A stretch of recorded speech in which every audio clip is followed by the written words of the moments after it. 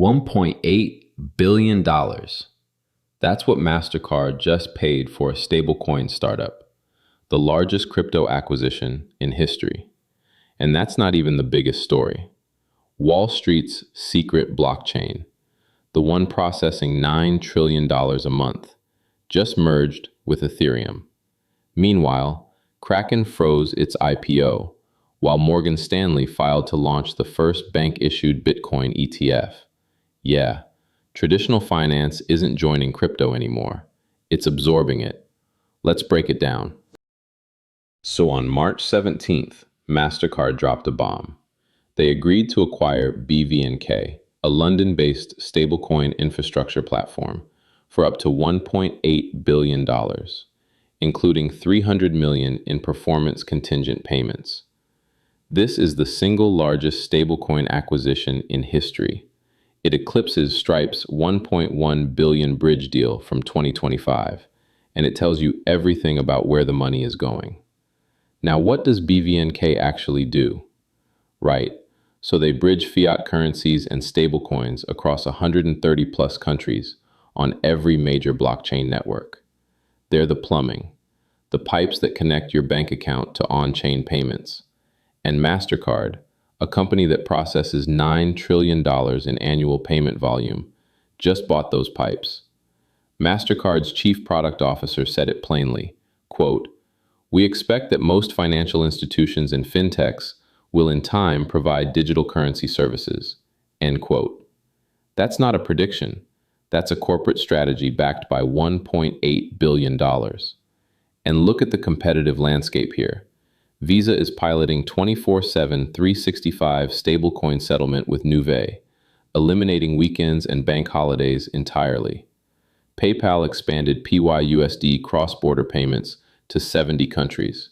Stripe already has Bridge. The payment networks aren't dabbling in stablecoins anymore. They're building their entire next-generation infrastructure around them. Now, the skeptics have a point. BVNK was valued at roughly $750 million just months ago. Mastercard paid $1.8 billion. That's a 2.4x premium in, what, 6 months? And here's the uncomfortable question. If stablecoins actually succeed at scale, don't they cannibalize Mastercard's own card network fees? You're paying $1.8 billion for the thing that might eat your business model. But Mastercard clearly sees it differently. They'd rather own the transition than be disrupted by it. And with the Genius Act and Clarity Act still working through Congress, whoever builds the compliant infrastructure first wins. Mastercard is betting that's them. Okay, so Mastercard is buying the stablecoin pipes. But what about the institutions that are already running trillions through their own blockchain? Because that's where Canton Network comes in. And what just happened with Zenith changes the game. Canton Network, if you haven't heard of it, processes over $9 trillion a month in transaction volume, 350 billion daily. The participants include DTCC, JP Morgan, NASDAQ, Goldman Sachs, BNY Mellon, Lloyds Bank. This is Wall Street's blockchain. And in early March, a company called Zenith emerged from stealth as Canton's Ethereum execution layer. Here's why that matters. Canton was built using DAML, a proprietary programming language that maybe a few thousand developers in the world know how to use. Zenith changes that completely. It lets any Ethereum developer deploy their existing Solidity code directly on Canton, with atomic transactions, not through a bridge, not through a wrapper, native execution. Your smart contract settles atomically on the same chain that DTCC uses to move US Treasuries. And Zenith didn't just launch and hope for the best.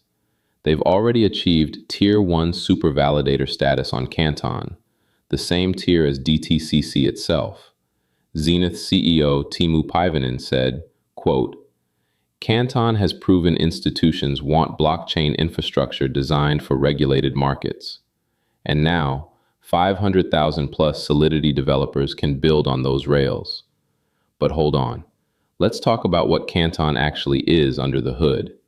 Because when crypto people hear decentralized blockchain, they think Ethereum, thousands of validators, permissionless access. Canton has 13 super validators. 13, invite only. Many of them are the network's own investors. The token distribution is controlled by insiders who designate which applications get featured. Is that a decentralized blockchain, or is it just a shared database that Wall Street agreed to use? Look, it works. 9 trillion a month in volume doesn't lie. But this is institutional finance building a blockchain that looks nothing like what Satoshi imagined. And now they're absorbing Ethereum's developers too.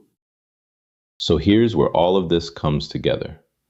Because while Mastercard is buying stablecoin companies and Wall Street is absorbing Ethereum developers, something else happened this week that nobody is connecting.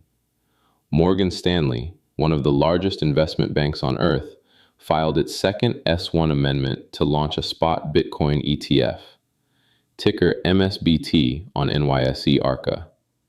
This makes Morgan Stanley the first major U.S. bank to issue a spot Bitcoin ETF directly under its own name.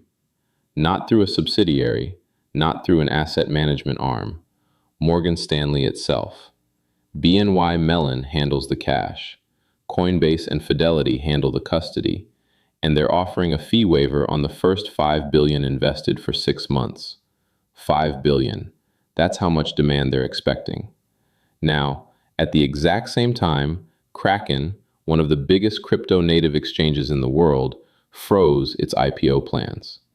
They filed confidentially with the SEC back in November, raised $800 million at a $20 billion valuation, and then nothing.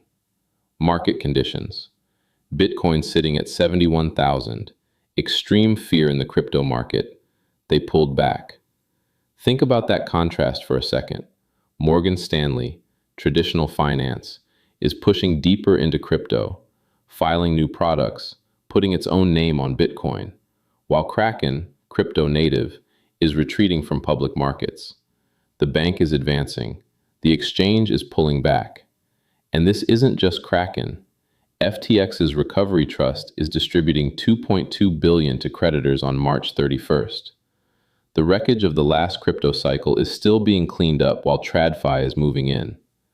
Now, is this the end of crypto-native companies?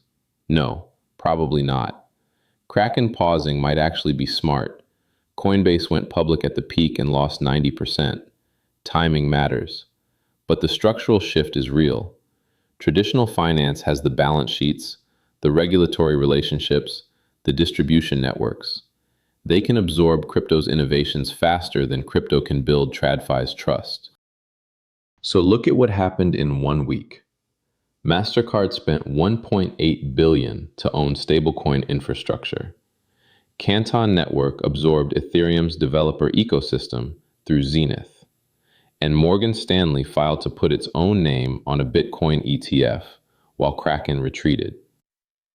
Every one of these stories points the same direction. Traditional finance isn't waiting for crypto to mature. It's building its own version, buying the pieces it needs, and replacing the parts it doesn't. The question isn't whether crypto technology wins. It already did. The question is, who ends up owning it? If this breakdown helped you see what's really happening behind the headlines, smash that subscribe button. Drop a comment. Is traditional finance absorbing crypto, or is crypto absorbing traditional finance? I read every single one. See you in the next one.